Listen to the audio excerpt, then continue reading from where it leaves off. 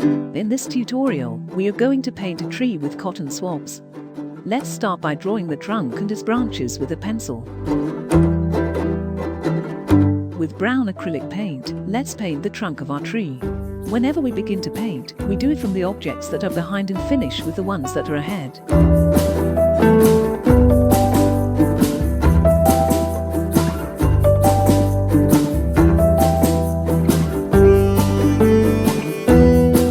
Then with navy blue, purple and green paint, let's daub the cotton swab and paint with dots the foliage.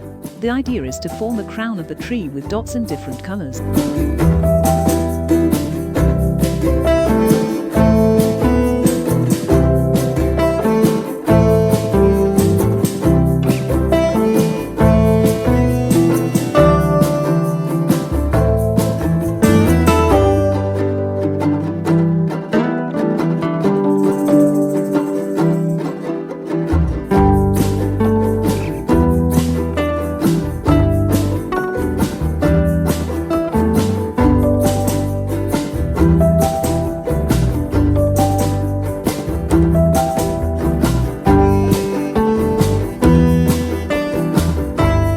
I hope you do and tell me how it went.